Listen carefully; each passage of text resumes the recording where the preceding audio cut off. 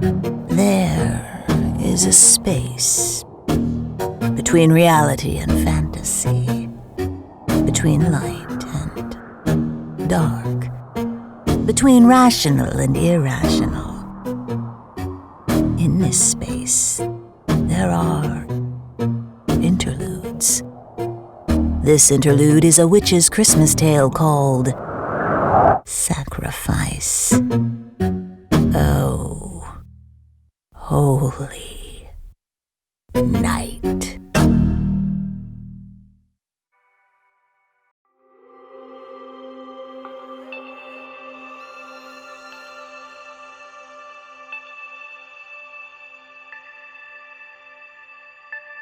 It was the north wind that was to blame. For it was he that carried me away from where I had laid for many years, and woke me out of my deep, restful sleep.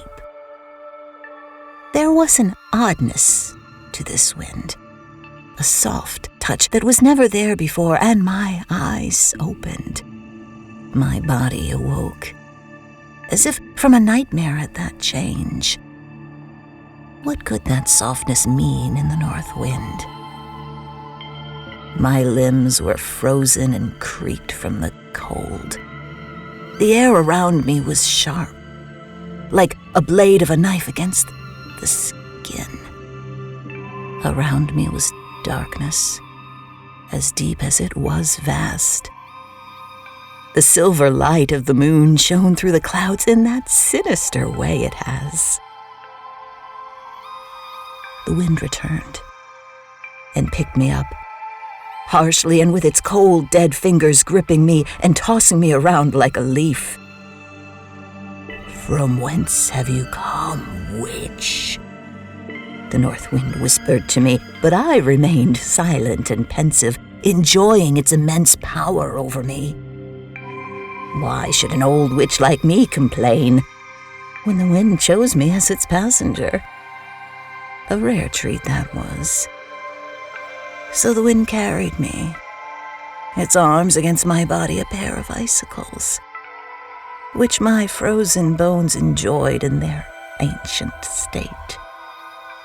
I was a north witch, after all, and cold did not scare me, but only made me stronger. So we traveled this way, high, high up in the sky, ignoring the annoying glow of eager stars and the shy, bewildered silver light of the moon. First, we had passed reindeer herds who had turned their graceful heads up at us, celebrating the power of the great north wind. As I passed, they bowed their antlers at my presence, knowing full well that I could destroy their kind with a single spell. It was good to be awake, and my eyes shone brighter with their icy glow as the wind carried me further, further down. It was large fields that we passed next, followed by deep, dark forests where the trees sang to us with their grand branches moving, shaking snow off their cold, numb limbs. At the sound of them, I woke up even more, and a frigid breath came from within me. The trees stopped at once, frozen solid in their places. I saw animals and birds drop from their branches, chilled to the core, hard and solid as rock, and quite dead. A roar of laughter came out of my throat and hung above the now dead forest, its sound spreading where the tree song had been only a moment ago. That roar of mine rings there still, and nobody dares go around that forest of death. Satisfied, I looked for my next prey.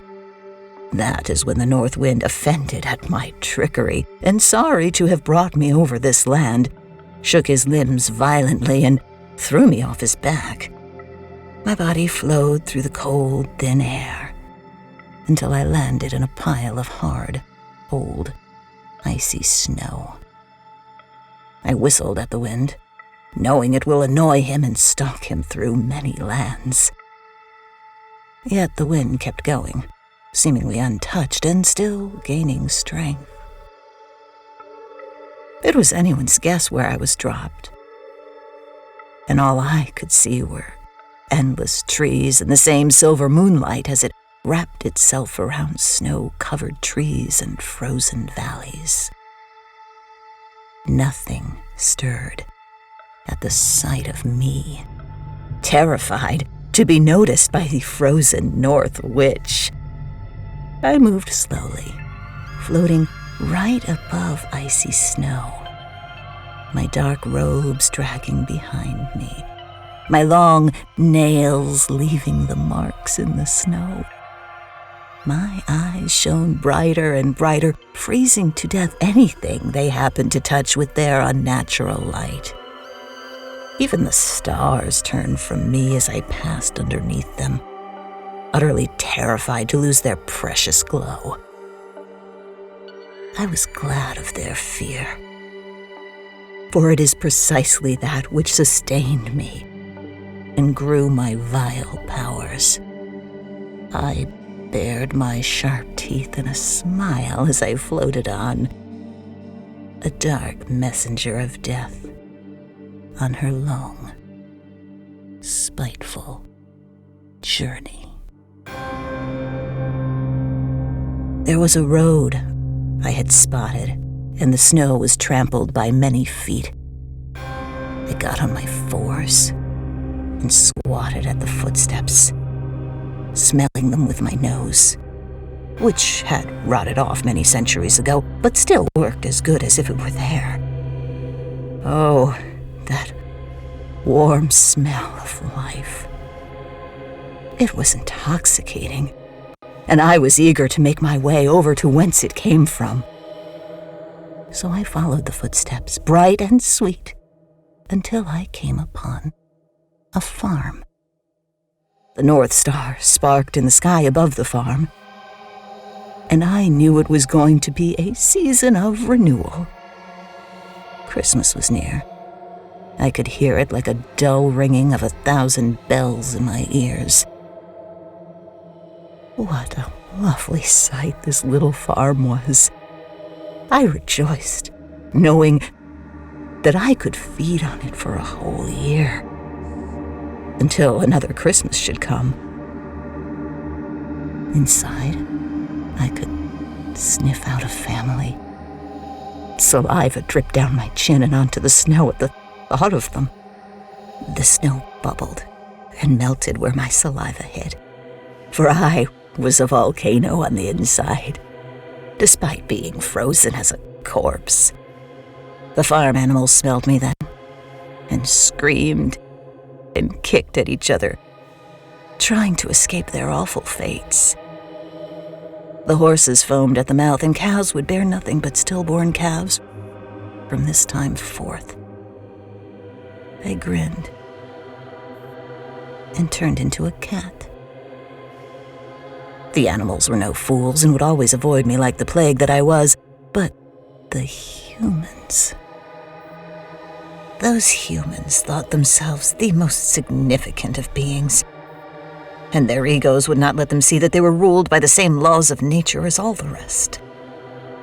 The humans would never know who I was, and always think that I was only a stray cat, same as any other farm. The only way to know who I really was to look at my tongue, which was not at all like a cat's, but sharp and forked, like that of a snake. So I jumped up on the windowsill and looked inside the house. It was dark, and only a single candle glowed timidly in the corner. In the middle of the large room, a Christmas tree was set up. Only a few drab presents below it, for it was obvious that the farm was small and most likely hard up. Well, It did not matter. And I hissed happily before I climbed under the structure of the house to hide myself during the day. My work done here this night. As the last light of the day slipped away, my ancient eyes opened again, and I rubbed my dry, empty sockets as I crouched under the house. Nobody had noticed a thing, except for the farm animals, and nobody had paid them much attention. Their distress was dismissed simply as the weather, a rather convenient excuse. I took my cat form and slipped into the house through the floorboards that have come loose. Once inside, I made my way through. The house was small and quite broken down. The rooms were tiny, dark, and few. The parents, who had a room of their own, were old and worn, abused by the years of hardship and hard labor.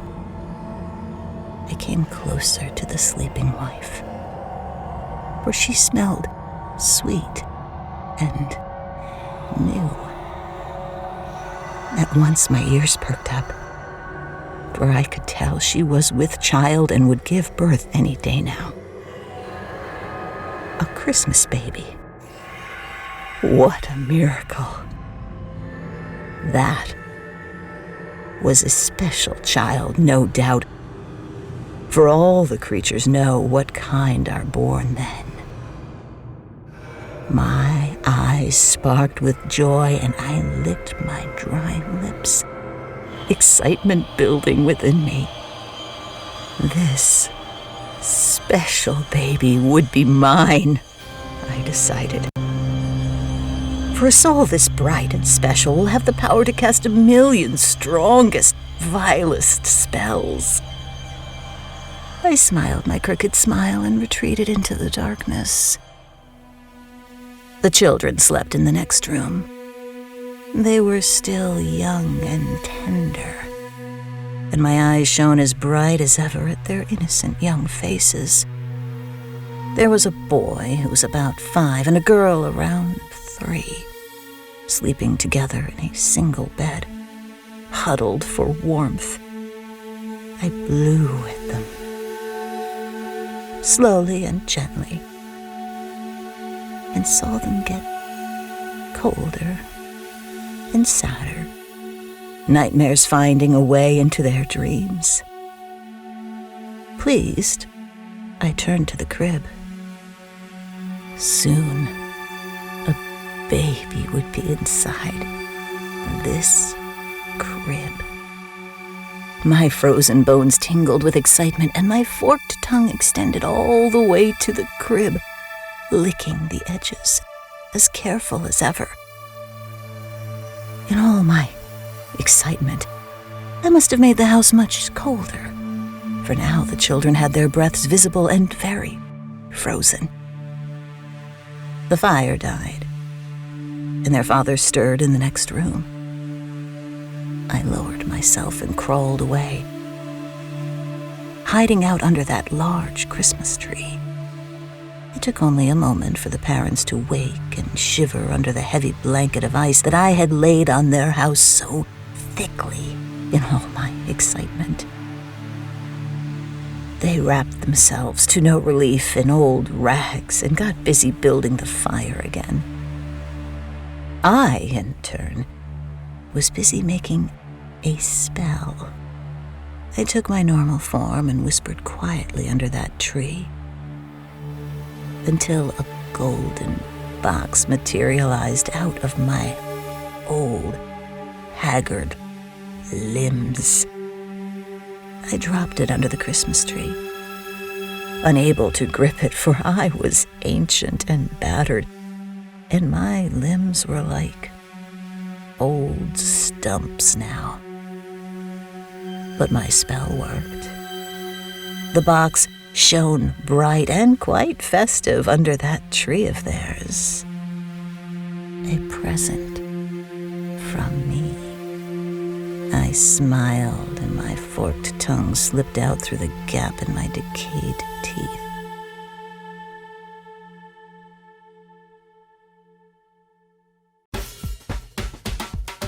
Hey, Crawlspace community, do you love true crime podcasts but could do without all the chatty banter? Are you intrigued by what's underneath our collective true crime obsession and want to hear field experts, authors, and content creators weigh in on the subject? Well, it might be time for you to kill the small talk and join the dialogue. I'm Rebecca Sebastian, host of Dialogue, a true crime conversation, which is a weekly podcast where I speak with fascinating guests from the true crime world and the criminal justice system. And yes, I have interviewed Tim and Lance, and you don't want to miss that episode. Together, we explore the genre itself and attempt to answer the why of true crime and the question, what are we even talking about when we talk about true crime? Join me every Wednesday for a new episode and a killer conversation. Dialogue is part of the Crawlspace Network and available wherever you listen. We find that in these times, everyone needs some time to chill out and relax. That's why we're excited to announce this week's sponsor, Boston Green Health. Boston Green Health is a local provider of CBD products that specializes in oils, topicals, gummies, and edibles. Boston Green Health's plant-based products can provide natural relief and rest for the mind, body, and soul. As one of New England's premier hemp-based companies, they offer a variety of all-natural CBD products that use a blend of locally sourced hemp extract. Visit bostongreenhealth.com for premium CBD oil, a delicious variety of CBD-infused gummies, luxurious handcrafted topicals, and a product line for pets. Podcast listeners can receive 40% off any purchase by using show code STORIES. Boston Green Health takes pride in being New England's most trusted CBD brand.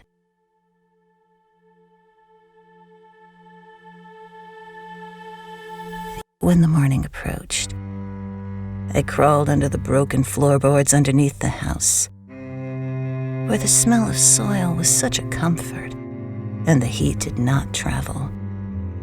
I already knew how it would all play out.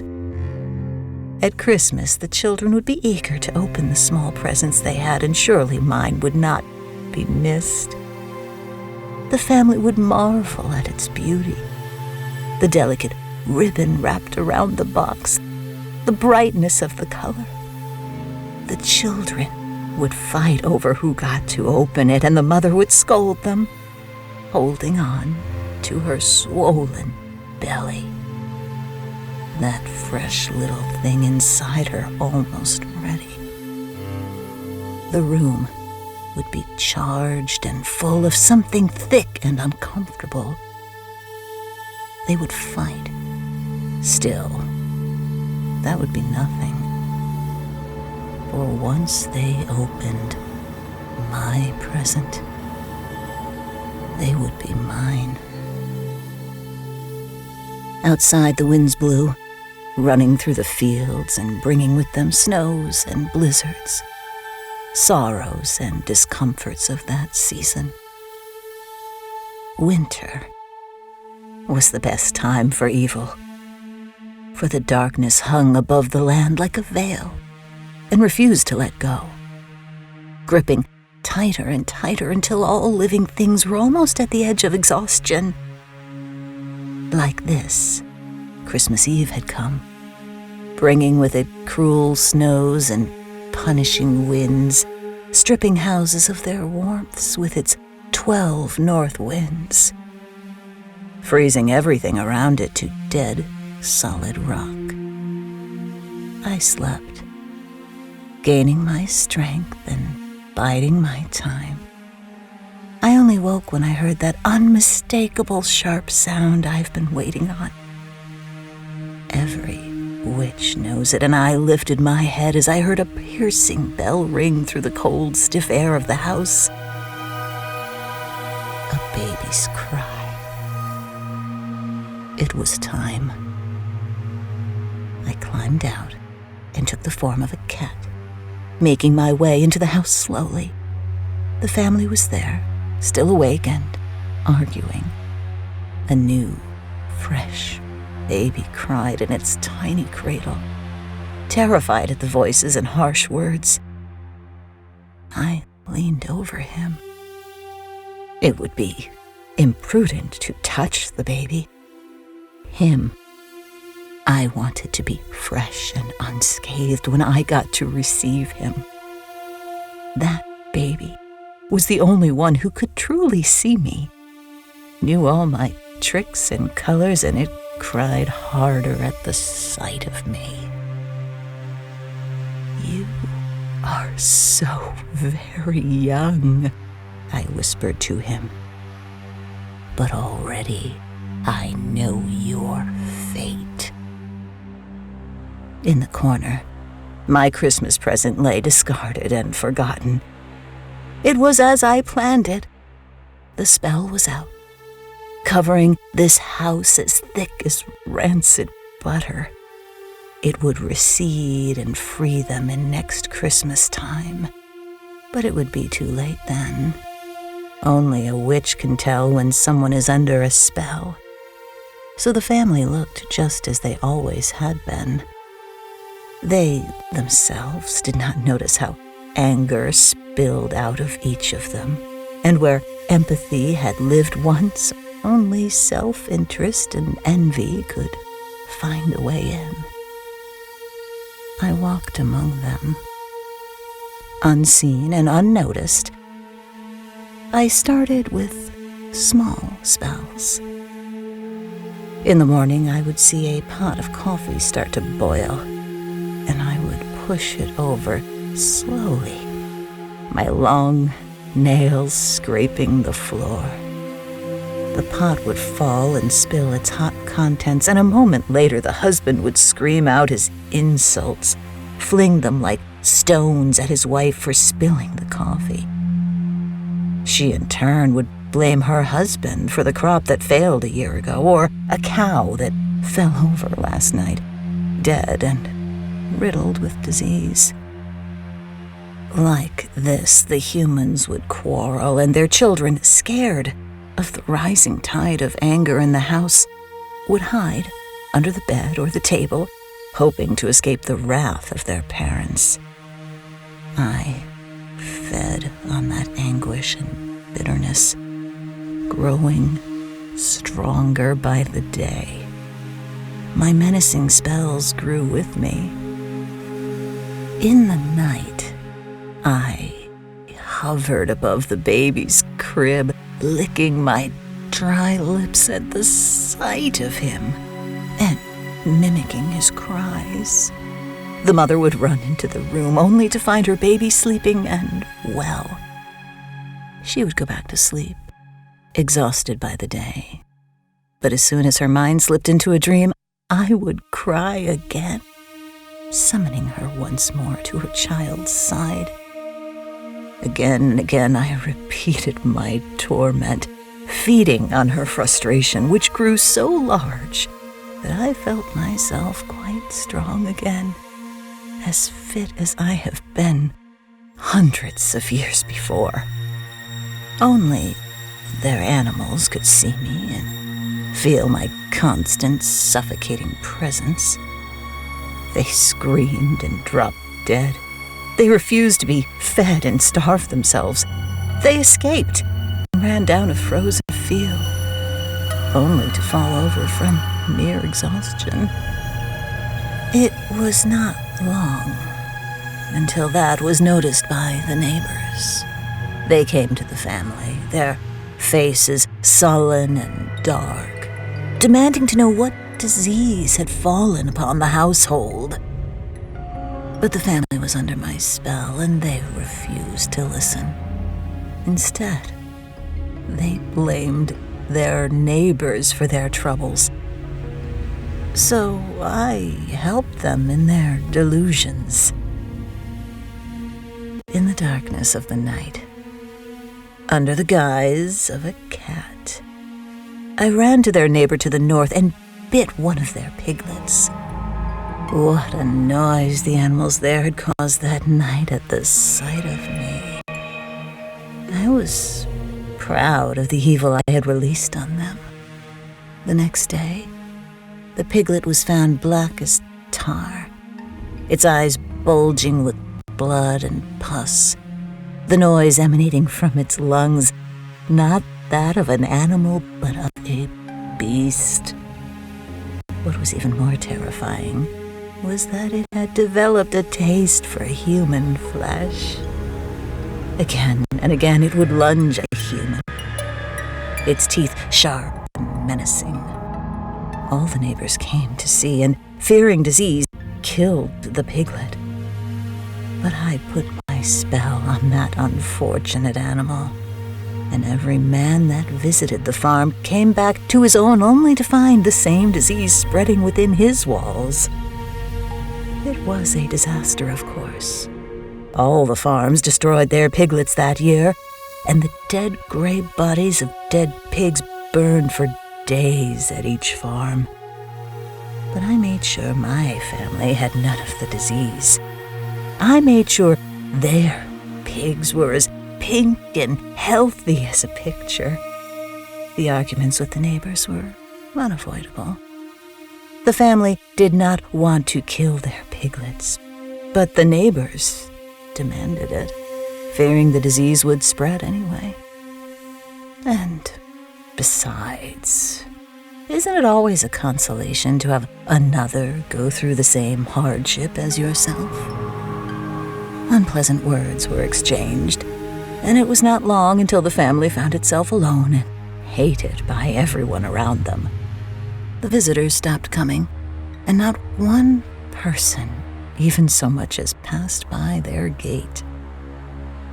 This was some of my best work, and I loved the feel of their isolation, anger, and despair.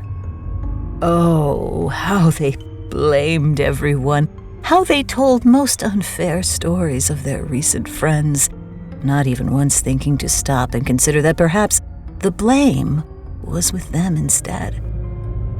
But that was the way of each human, and I love to use that to my advantage where I can. What I wanted most of these humans was their fresh little baby, rosy-cheeked and still very small. He was the only one I could not touch, for his innocence was too much even for me. No evil can work on a being who has not as much as thought an ill thought all its life. Instead, the baby stared out into the world with curiosity that sparked in its eyes, dark as the frozen waters in the ocean. I could not bear to make eye contact with him, for they were so pure I knew they would tear me down where I stood. It was not long until I would have him. Despair had settled on the house and the family like never before. It gripped their souls and muddied their hearts, turning them on each other. No neighbor would come to help them, and no friend would stop by to calm their fears. I smiled to myself, satisfied by the chaos I had created. Next Christmas was fast approaching, and I only had so much time left to me before my spell wore off. The farm was in decay. The animals dropped like flies, and there was not much that could keep the family from starvation. The anger and fear made way for more frustration. It grew like a wildfire ignited by the spark of hostility, and the fighting intensified. I walked among the darkness that now clung to the walls of the house, quite satisfied with what I had done, blowing the icy winds through the rooms like the master of the house now. One day, I came upon the husband, kneeling by the cradle. He had grown gaunt and looked aged by at least 10 years. I could see the dark circles under his eyes widen and grow like bitter plague spreading through him. He thought he was alone, and after all, they could never feel me in the room. It took me some time to understand that he was praying. It was charming, really. Him thinking his words could escape my spell and reach whatever god they were meant for. Gods may be close to people in need, but I was much, much closer. I leaned in and entered his mind. His mind was like an instrument, made of strings that were strung so tight they were bound to break. So I helped them. One by one, I pulled at each string, snapping one or two with my frozen dead fingers until the melody was quite ruined.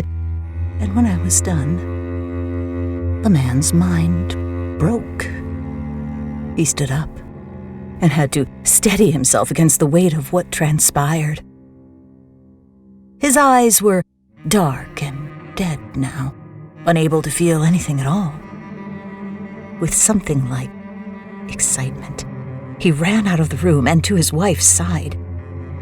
The wife looked skinny and haggard. She drove herself mad over the family, and it was not long until she too lost her mind. I smiled when I saw them. Their pitiful last moments together brought joy to my dark soul. "Mary, I know what we must do at last." The husband spoke quickly, for he was brimming with excitement still. His wife stared at him, apathetic to his words. Her baby was at her chest, clinging desperately to her warm flesh as if seeing into the future. Her baby son was the only bright beam of light in that entire place. "I know how to fix it, I do."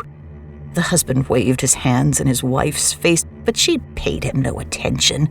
The world had ground her down, it seemed, and I was pleased to see her let go so easily without so much as a fight. "What do you want, Joseph?" A flat voice, barely there, but how delicious this whole thing was. I grew as her anger spread through the room. "God spoke to me, Mary," the husband insisted. "And I know how we can improve our situation at last. If I do it right, we won't starve come winter." She looked up at him then, a long, uneasy look full of disgust. "Christmas is approaching," was all she said, and then she turned to him, accepting what he had to say at once. "Give me that baby." His whisper rang through the room. The words felt heavy and cold. Really cold. Even I shivered, enjoying every moment of their trauma, pulling at the strings of his mind still, leading him deeper and deeper into the darkness. I smiled and felt something warm bubble up inside the volcano of me. "What do you want with him?" The wife hesitated, because I suspect she could see the kind of a madman her husband had become.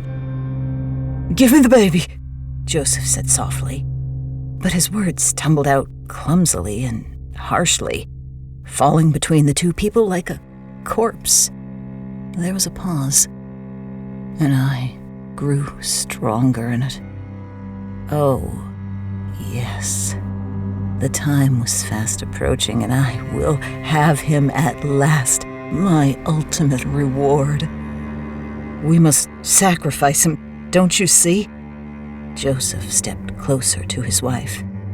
"This is what we must do to end this, to prosper and grow. Mary, do you trust me?" But his wife backed away, the child in her hands still. Not quite a year old he was. Joseph approached. "All this bad luck, all this doom, all gone. I know you want that, Mary, and besides, what is just one child? One less mouth to feed." Tears rolled down Mary's thin face, tears as large as the biggest jewels. And for a moment, Even I felt for this pathetic little woman. Still, I had to have her son. The power in him was great and ripe. Only a parent can decide such fate, and it was the ultimate present to the darkness that I was. So I blew in their direction, and they shivered, uncomfortable under my icy gaze. The wife looked up at her husband, and as the light flickered, I revealed myself to them at once. What a picture of beauty I was for them. Silver was wrapped around me, and my hair was bright as a golden thread. My eyes shone as bright as the northern star, and the parents gave quite a gasp when they saw me emerge from the darkness. I extended my arm towards them, smiling my most pleasant smile. The woman drew back the child, but there was hesitation in her movements. To them, I looked a perfect picture of an angel. The man's features had darkened, and he grabbed the child out of his wife's hands and hurriedly placed the baby into mine. Do you sacrifice this child to me? I asked in my softest whisper, trying really hard to cover up my creaking old voice. The woman cried, but the man was calm. We do, he replied. Very well, then. I licked my lips and stared for the first time into the child's eyes. My tongue was still thin and forked, like a snake, and the woman screamed when she saw it. It was too late. I crouched and took my usual form, clinging the little thing close to my cold, disfigured form. Now, both of them screamed. I jumped out the window and onto the roof, laughing my terrible, screeching laugh. The animals went wild, and I heard the last of them drop dead. It started to snow, and the wind had picked up its power. Christmas Eve was rolling in, and I could feel the spell thin out and fall away from this house, like layers of dirt that had dried up at last and could no longer hold on. The north wind was once again at it, blowing through the land, sending shivers into every living thing. Pick me up, I cried up to him, my voice powerful now and carrying quite a distance. But the north wind knew what I was up to and refused to take me away. It blew past me in disgust, smelling the fresh decay, the innocence gone of the child that will not make it past his first birthday. Yet, I was too powerful for the wind to escape. I muttered a spell under my breath, dark and menacing, and my spell managed to cling onto the tail of the wind. He had no choice but to pick me up. Like this, I traveled back to my frozen, cursed lair, up to a place that no human can reach, clutching a tiny child in my arms. A sacrifice. The sacrifice, which was growing colder and colder by the moment, shedding life as he made his only journey through these Arctic, barren lands.